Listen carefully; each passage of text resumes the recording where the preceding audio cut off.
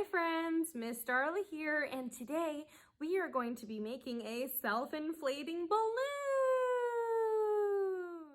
Okay friends, for this experiment you are going to need 2 teaspoons of baking soda, about a ½ inch to an inch of white vinegar, a plastic bottle, a funnel, and a balloon. This experiment can get messy, so I would recommend doing it outside. First, you're going to fill your water bottle with about a ½ inch to an inch of white vinegar. Then, using a funnel, you're going to put 2 teaspoons of baking soda into a balloon.